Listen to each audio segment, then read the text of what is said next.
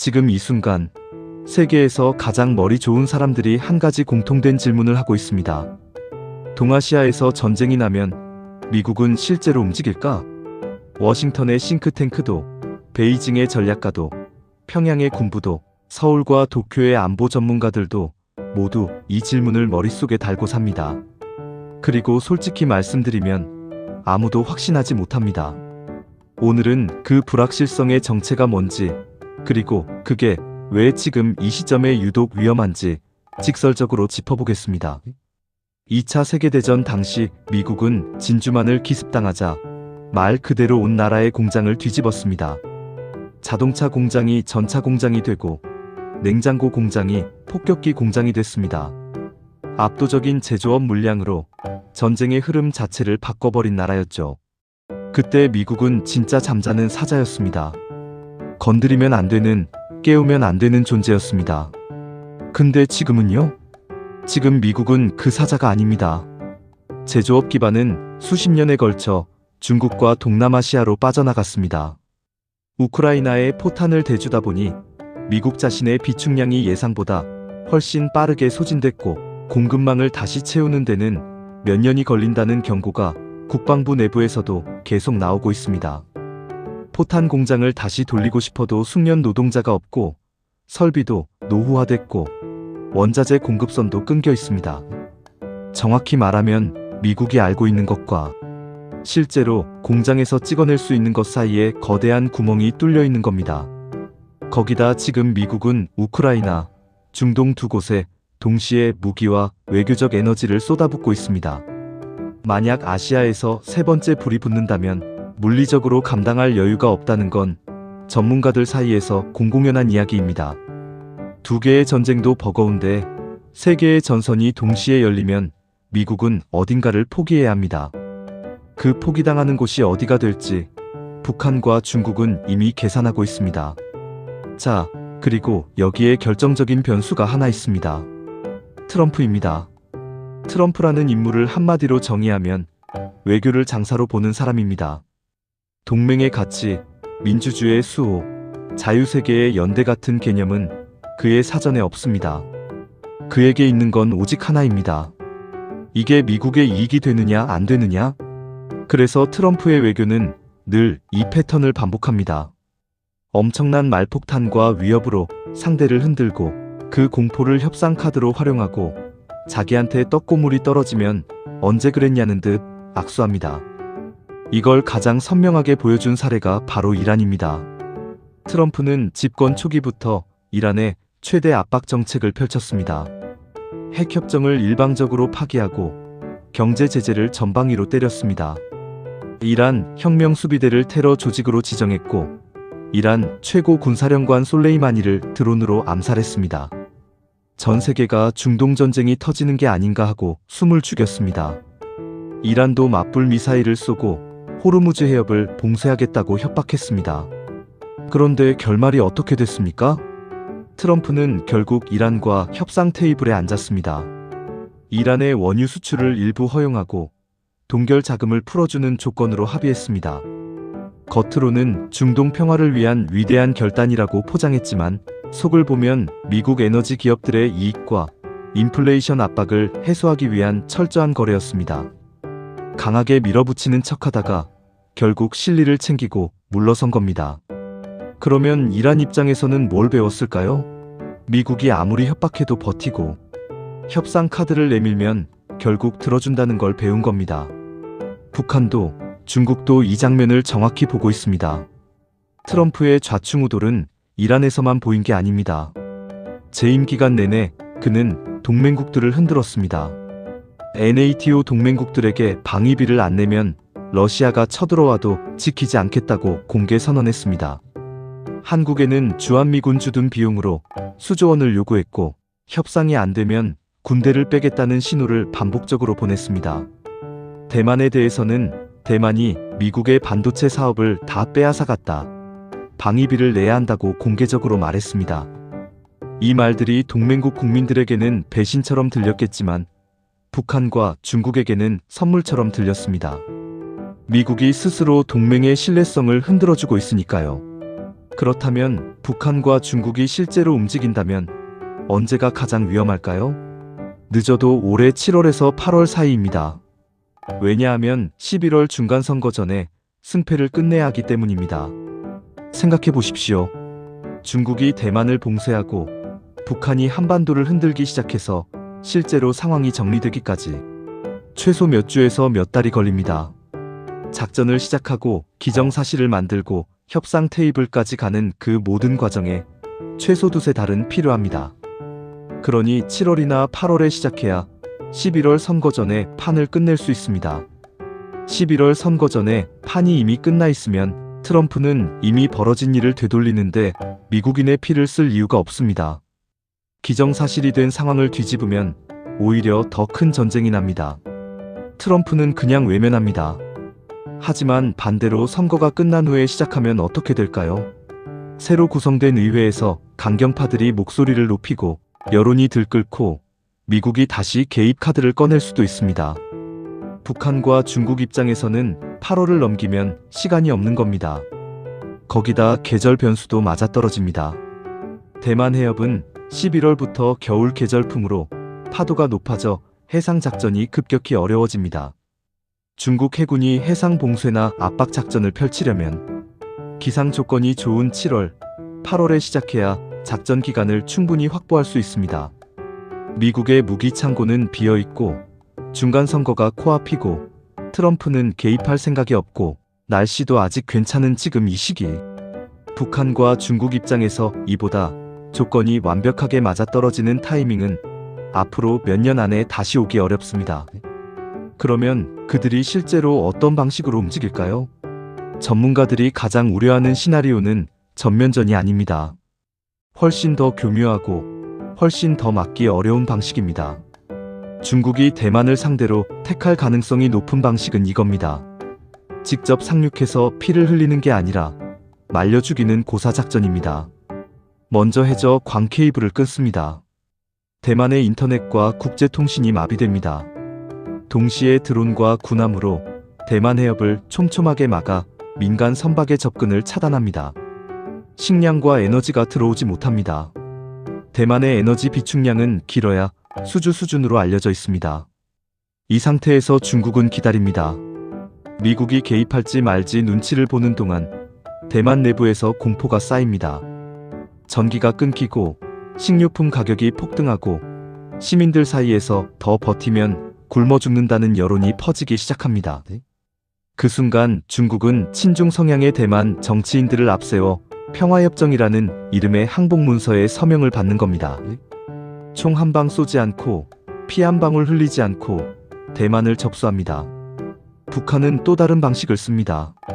전면 남침이 아니라 회색지대 도발입니다. 대규모 사이버 공격으로 수도권 전력망과 금융 시스템을 마비시키고 GPS를 교란해 항공과 선박 운항을 혼란에 빠뜨립니다. 여기에 서해 접경 지역에서 국지적 충돌을 일으켜 남한 사회 전체를 공포 분위기로 몰아넣습니다. 전쟁이라고 부르기엔 애매하고 그냥 넘기기엔 너무 심각한 상태를 의도적으로 만드는 겁니다. 서울에 폭탄 하나만 떨어져도 외국인 주재원들은 짐을 쌉니다. 미군 가족들은 비전투원 후속 매뉴얼에 따라 부산이나 오산으로 이동하기 시작하죠. 그 모습이 CNN과 파크스 누즈에 도배되는 순간 트럼프는 이렇게 말할 겁니다. 봐라, 미국인들은 다 빠져나왔다.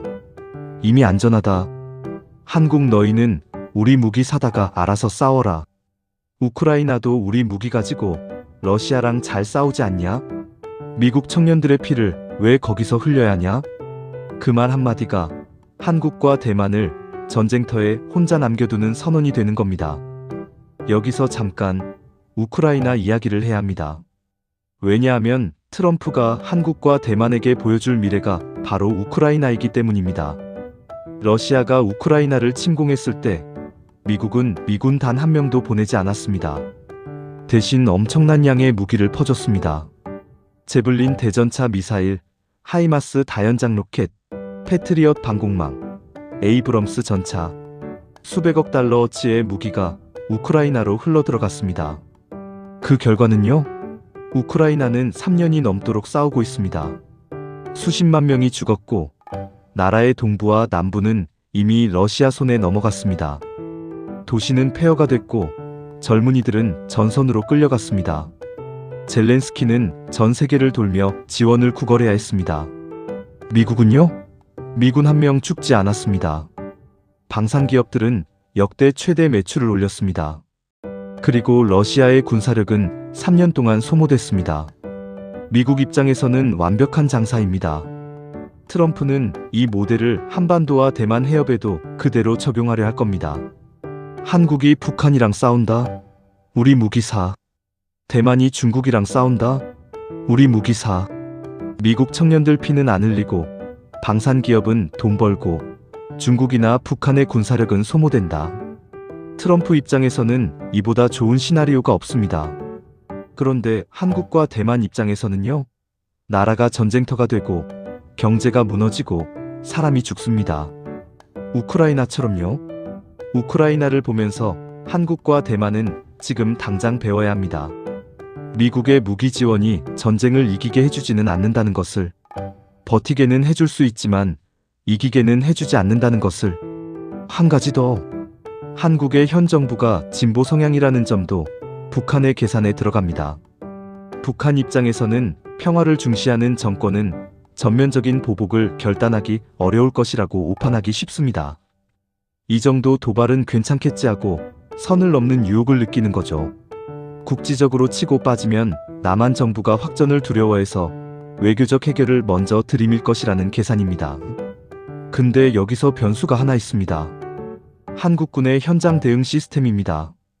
연평도 포격 사건 이후로 한국군의 교리는 완전히 바뀌었습니다. 도발당하면 현장 지휘관 판단으로 즉각, 충분히, 원점까지 보복하는 방향으로 굳어졌습니다. 청와대의 승인을 기다리기 전에 K9 자주포와 대포병 레이더가 먼저 반응합니다. 여기서 최악의 시나리오가 만들어집니다. 북한이 이 정도는 괜찮겠지 하고 도발했는데 한국군 현장 부대가 자동으로 북한 기지를 날려버립니다. 그러면 북한이 체면 때문에 추가 타격을 합니다. 한국군이 또 보복합니다. 이렇게 에스컬레이션이 반복되다 보면 어느 순간 양측 지도부의 의도와는 전혀 무관하게 전면전 직전 상황으로 치달아 버립니다. 아무도 원하지 않았는데 전쟁이 나는 겁니다. 역사에서 그런 사례가 한두 번이 아닙니다. 전면전으로 가지 않는 시나리오에서 북한이 남한을 상대로 노리는 건 결국 협상 테이블입니다. 협박으로 공포를 극대화한 다음 실리를 뽑아내는 거죠. 그들이 원하는 건 명확합니다. 한미연합훈련의 대폭 축소 또는 중단, 미국 전략자산의 한반도 전개 금지, 그리고 가장 중요한 것, 핵보유국으로의 공식 인정. 이게 북한이 수십 년 동안 원해온 목표입니다. 여기에 유엔 제재 해제와 대규모 에너지 지원까지 요구할 겁니다. 그리고 이 협상 테이블에서 트럼프는 어떻게 할까요? 이란 때처럼 김정은이 ICBM 폐기하고 미국 농산물 대량 구매할게라고 내밀면 아주 훌륭한 딜이라며 한국 패싱하고 평양이나 플로리다에서 만나 도장 찍을 가능성이 높습니다. 실제로 트럼프 일기 때 싱가포르에서 했던 것처럼요. 그때도 한국은 배제된 채 미국과 북한이 둘이서 만났습니다. 만약 중국의 고사 작전이 성공하고 미국이 결정적 순간에 발을 빼면 세상은 어떻게 바뀔까요? 단순히 섬 하나가 넘어가는 게 아닙니다. 세계 질서 자체가 뒤집히는 겁니다. 첫째, 전 세계 첨단 반도체의 핵심 생산 기지인 TSMC가 중국 손에 들어갑니다. AI 반도체, 스마트폰 칩, 자동차 반도체, 방산 시스템에 들어가는 최첨단 칩의 절대 다수가 대만에서 나옵니다. 이게 중국 손에 들어가는 순간 미국도 한국도 일본도 반도체 공급주를 쥔 중국의 눈치를 봐야만 산업이 돌아가는 구조가 됩니다. 둘째, 대만은 태평양으로 나가는 길목입니다. 이걸 중국이 가지면 한국과 일본이 중동에서 원유를 들여오는 해상 교통로까지 중국이 사실상 통제하게 됩니다. 에너지를 중국이 쥐고 반도체를 중국이 쥐면 아시아 경제 전체가 중국에 종속됩니다. 셋째, 그리고 이게 어쩌면 가장 큰 충격인데 미국은 결정적일 때 우리를 지켜주지 않는다는 확신이 아시아 전체에 퍼집니다. 그 순간부터 아시아 각국은 미국 눈치 보는 걸 그만두고 중국의 패권을 현실로 받아들이기 시작합니다. 이렇게 되면 한국과 일본은 미국의 등을 돌릴 수밖에 없습니다. 일본은 이미 방위비를 GDP의 2%까지 올리며 역대 최대 규모의 재무장을 진행하고 있습니다. 미국이 대만을 내준다면 일본 내에서 핵무장 논의는 더 이상 금기어가 아니게 됩니다. 일본은 세계 최고 수준의 원자력 기술과 대량의 플루토늄을 보유하고 있습니다. 마음만 먹으면 수개월 안에 핵을 가질 수 있는 나라입니다. 그리고 미국의 대중국 포위망에서 이탈해 중국과 독자적인 협정을 맺으려는 외교적 움직임도 나올 수 있습니다. 한국도 마찬가지입니다. 이미 국내 여론조사에서 자체 핵무장에 찬성하는 비율이 높게 나오고 있습니다. 미국 믿다가 나라가 위태로워졌다는 감정이 폭발하면 자체 핵개발 요구가 정치권과 군부 그리고 여론에서 동시에 터져나옵니다. 트럼프와 고립주의 세력은 미국 청년들의 피를 아꼈다고 자축할지 모릅니다. 하지만 그 결과로 한국, 일본, 대만이 모두 등을 돌리고 아시아에서 미국의 영향력이 사라지고 중국이 태평양의 새로운 주인이 된다면 그건 80년간 쌓아온 패권을 단 몇 달 만에 스스로 걷어찬 것입니다. 오늘 이야기를 정리하면 이겁니다. 지금 동아시아는 역사상 가장 위험한 시간을 통과하고 있습니다. 미국의 제조업 공동화, 트럼프의 장사꾼 외교, 비어가는 무기 창고, 그리고 11월 중간선거라는 정치 일정. 이 모든 조건이 올해 7월, 8월이라는 한 점으로 수렴하고 있습니다. 위기의 핵심은 무기가 없어서도 전략이 없어서도 아닙니다.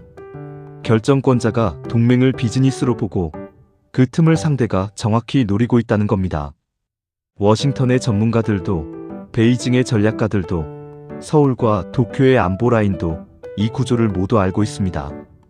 알면서도 막지 못하는 이유, 그게 지금 동아시아의 가장 불편한 진실입니다. 우크라이나를 보십시오. 대만을 보십시오. 그리고 한국의 현실을 보십시오. 미국이 무기는 줄 수 있어도 대신 싸워주지는 않는 시대가 이미 와 있습니다. 앞으로 몇 달 이 세계가 어떻게 움직이는지 함께 주시해 봅시다. 영상이 도움이 됐다면 구독과 좋아요 부탁드립니다.